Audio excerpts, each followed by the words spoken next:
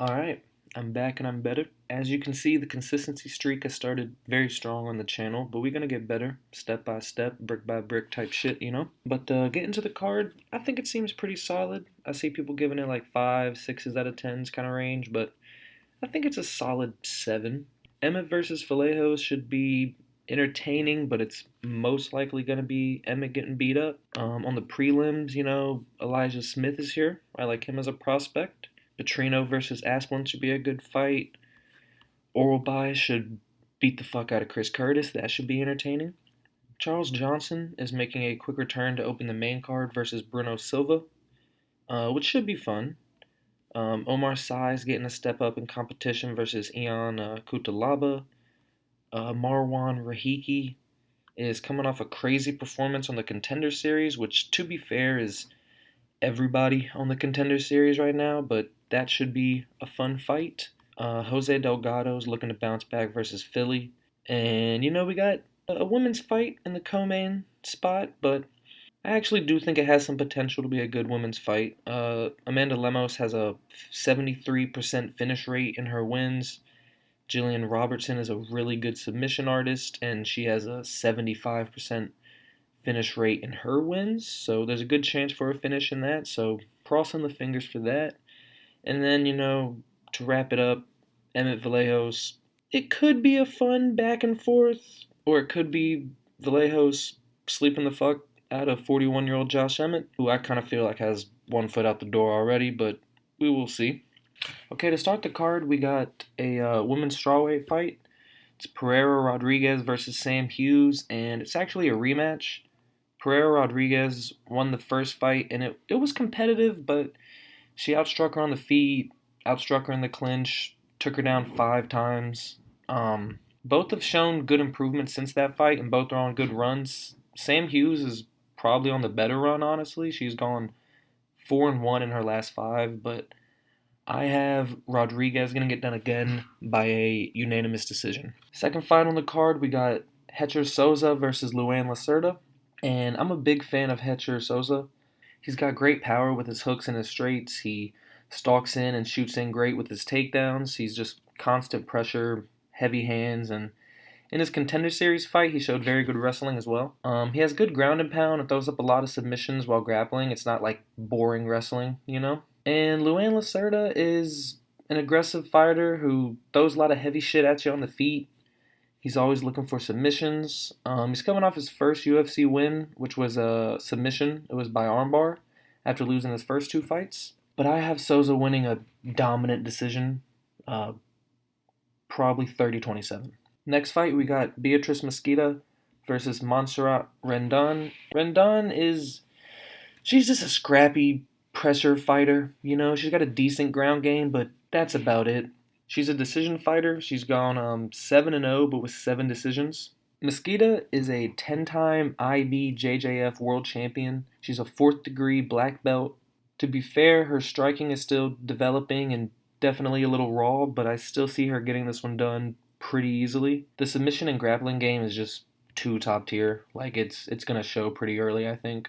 And she's shown she's willing to go through the fire to get her grappling going, and she may have to do that a little bit in this fight, but I'm gonna go with Mosqueda by first round submission. She has 4 wins by submission, and they're all by rear naked choke, but I'm gonna go with an armbar for this fight. Next fight, I'm gonna be honest, man. I think Brad Tavares is done. He's got solid striking and is just a decent overall fighter, but he's 1-3 in his last 4. He's 4-7 in his last 11, and I think he's just on that downward slope right now. He's fought a lot of top level guys like Romero, Izzy, Robert Whitaker, Drickus, and he fought Robocop too, but he's lost to all of them. Eric Anders hasn't fought the same level of comp, but he hits harder than Brad, and he hasn't lost his chin yet, so off that, I'm going to go Anders by knockout. Second round, if I had to pick a round. Next fight is Belagioki versus Manuel Souza. Belagioki is a strong, explosive striker. He's got good combos, decent takedown defense, but his gas tank is definitely a discern, and his striking defense on the back foot just isn't that great. He started off great in his last fight versus Mason Jones. He knocked him down early. He almost finished him, but then he got gassed out. taken down and just beaten up. Manuel Souza is a top tier prospect. He has a good knockout power, a good, like bouncing, darting kind of Muay Thai stance. He's a brown belt in BJJ, and he's got a knockout win over Mauricio Rufy, like earlier in his career, which is obviously aging very well. He's coming off a crazy comeback win in the Contender Series where he showed, good scrambling ability, good submission defense. He was stuck on the bottom for basically the whole first round and the majority of the second. But in the third round, his opponent gassed out. Souza started stuffing the takedowns, and he got him out of there with crazy ground and pound. So early on, I wanted to take the sneaky Blagioki pick, but I just can't go against Souza. I'm going to go Souza by third round TKO and say that Blagioki's gas tank probably fails him. Next fight is Elijah Smith versus Su Young Yu. And Elijah Smith is a very interesting prospect at bantamweight. He's only 23 years old. He's got solid mechanics, good overall game, good power and composure. He's coming off a slam knockout win where he literally almost killed a man, Rampage Jackson style. And Su Young Yu is a wrestle heavy, control heavy, submission kind of guy. He's coming off 5 decision wins in a row, and I just don't think he's going to be able to do that to Elijah Smith. Elijah Smith is good wrestling, good submission defense, and shouldn't get overly panicked in those tricky positions, so I imagine he's going to be able to finish this fight standing. Probably a third round TKO for Elijah Smith. Next fight, we got Vitor Petrino versus Steven Asplund, and if you look at Steven Asplund, you just see a big flabby heavyweight and don't think there's too much to it, but he is very solid. He's a volume striker at heavyweight who doesn't really have like crazy power in the punches, but he strings together his 1-2s and hooks really quick and really nicely. He also has deceptively good head and foot movement for his size as well. He's coming off a win where he busted up Sharaf bad and pushed just a crazy pace on him. He went 170 of 292 on significant strikes in under 9 minutes at heavyweight, which I'm pretty sure broke the heavyweight significant strikes landed in a 3-round fight. And he did it in 9 minutes. So the pace is crazy. He's fighting Petrino, who was formerly a light heavyweight. He's coming off a flash knockout over Thomas Peterson where he made bro do the worm. It was pretty bad. He has strong hooks and uppercuts, but he's kind of sloppy at times. He definitely has the power advantage in this fight and also has the wrestling advantage, and I think that's his best path to victory. But I think Asplund is just going to be able to keep it standing and push a pace on him, and yeah, Asplund by just tough decision. Man, I think Chris Curtis is going to get slimed out. Miktabek Oralbai is 4-1 in the UFC, and his only loss was a split decision war against Rebecki, which isn't aging the best, but it was a good fight. Oralbai is just non-stop coming forward, throwing hands, shooting takedowns, chasing submissions, very strong ground and pound, and he's showing that he's developing good power in his hands on the feet as well. Chris Curtis is a pretty basic, 1-2, give me your shoe, high guard ass kind of guy. The striking isn't bad, but he gets caught a lot, and he just can't do that in this fight. He's only been knocked out twice in his career, and to be honest, only once because the Kopylov ending was bullshit. But I've got a vibe that this is gonna be the third one. I'm gonna go Oralbai by first round finish, or if not a finish, a dominant decision. Next fight on the card is Charles Johnson and Bruno Silva opening up the main card. And Charles Johnson is coming off a bad knockout loss where he got caught early by a big right left hook combo and just could never really get his feet back under him. Perez dropped him again with another left hook, and they just called it. It was bad. It wasn't a bad call though. It should have been called. Even after that though, I'm still on the Charles Johnson hype train. His last 3 wins are Joshua Van, Lona Kavanaugh, and Suma Durji, who has now won 3 in a row. And obviously, Kavanaugh and Joshua Van are pretty obvious. Bruno Silva is a high-paced striker who just tries to push up pressure. He's pretty quick and twitchy on the feet. This is a very quick turnaround for Charles Johnson, who got knocked out like a month and a half ago. But I still think Charles Johnson will be able to counter Silva's pressure and hopefully land those hard straight punches and bounce back with a knockout win in the second round. Next fight on the main card is Ion Cutelaba versus Umar Sy. Umar Sy is just a huge, twitchy light heavyweight with a solid all-around game. He has finishing power and is very sound on the ground as well. He has good knees and calf kicks, and he can mix in his takedowns very well. And this is completely random, but he fights out of France. And watching his last couple fights, his stance really reminds me of Cyril Gahn too. So, just a random fun fact. His striking looked solid in his last fight against Ribeiro, but he mainly relied on his wrestling and got a first round finish by ground and pound.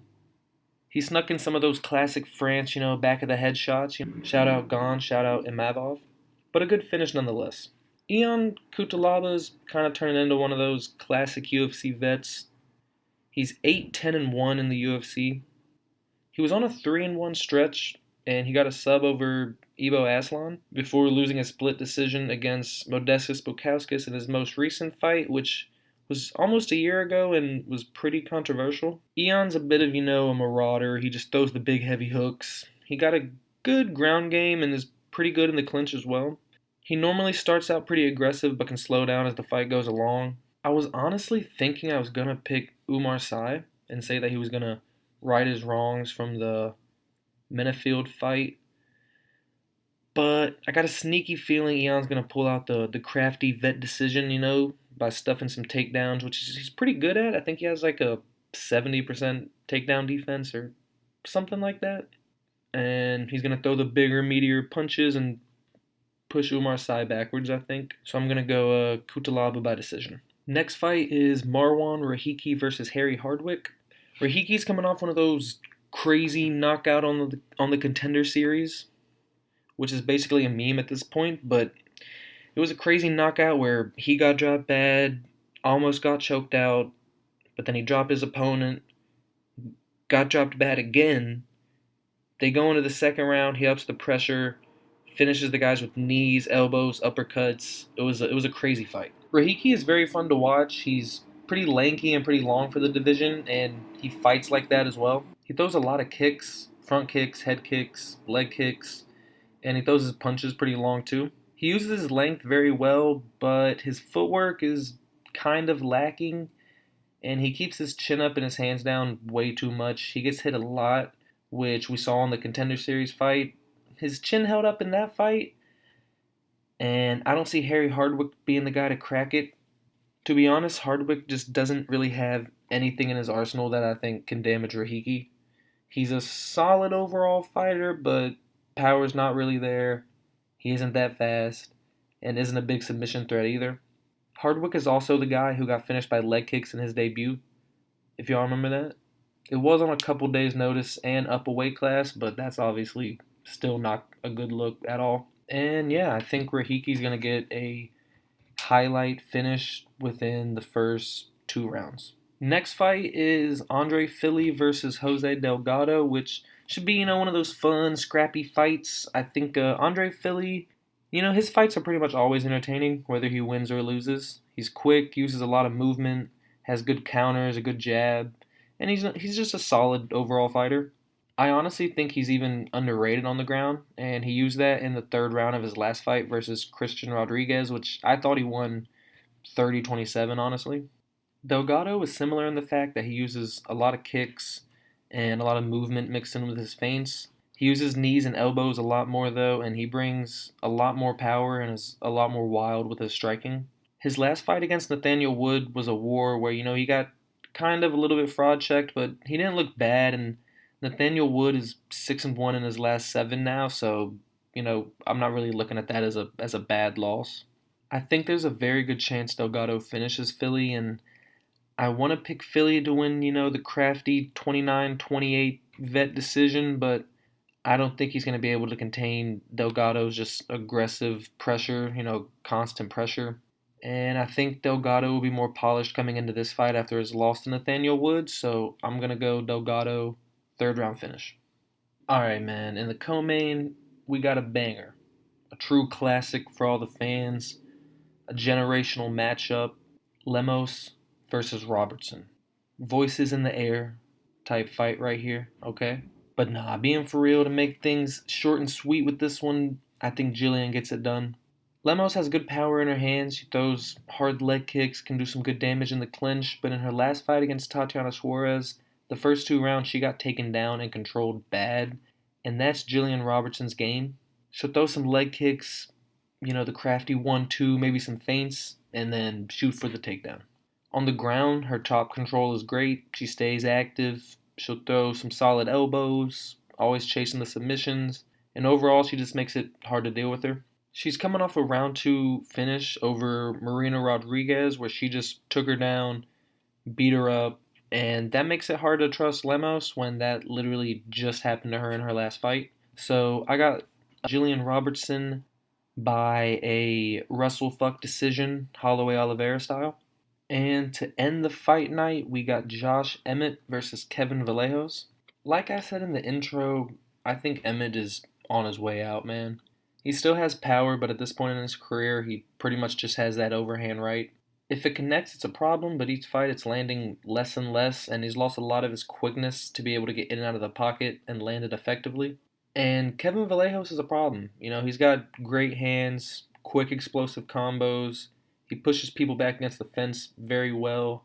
He gets a lot of Topuria comparisons from his stance and his style as well, which I think are fair comparisons. His one concern to me is he's a pretty slow starter. It shouldn't be a big concern against Emmett, but it could hurt him, eventually later in his career. And his only professional loss is to Gene Silva on the Contender Series, where they went the distance. And he's coming off a knockout win over Giga Chikadze, where he started a little slower in the first round, mainly was trying to find his range and get into the pocket, but when he finally landed in the second round, it was fucking bad, man. He gave him like 2 hooks. Giga gave him one of those little put the hands up, I'm good, I didn't get hit, I'm chilling ass gestures. Then Vallejo throws a jab to close the distance and exploded into a nasty spinning back fist that put him down, kind of put him out almost, and then he did put him out with elbows on the ground. So the power is obviously insane. The man's jacked for featherweight, and I just think he's going to find Emmett's chin. Like I said, my only concern is Vallejo starts this fight slow, similar to the Giga fight, or maybe even slower because he can't find his spots, and that allows Josh to find his range and land one of his old rusty overhands. But I find that very unlikely. I think Vallejos either gets a quick first round finish, or it takes him some time to settle and find the distance, and he gets it done with a third round knockout. But either way, I got Vallejos by knockout. All right, those are my picks for the fight. I think this is, like I said, I think this is an above average fight night. Not a crazy fight night, but a slightly above average fight night. I think the top end's a little weak, but there's some interesting matchups on the card, and I'm curious to hear y'all's opinions on those fights as well. So definitely comment down below who y'all got in the main event, and also who y'all got in the generational Lemos versus Robertson matchup. And I'm going to really try to get this consistency shit down, so keep the faith in me for now, and I will catch y'all on the next one.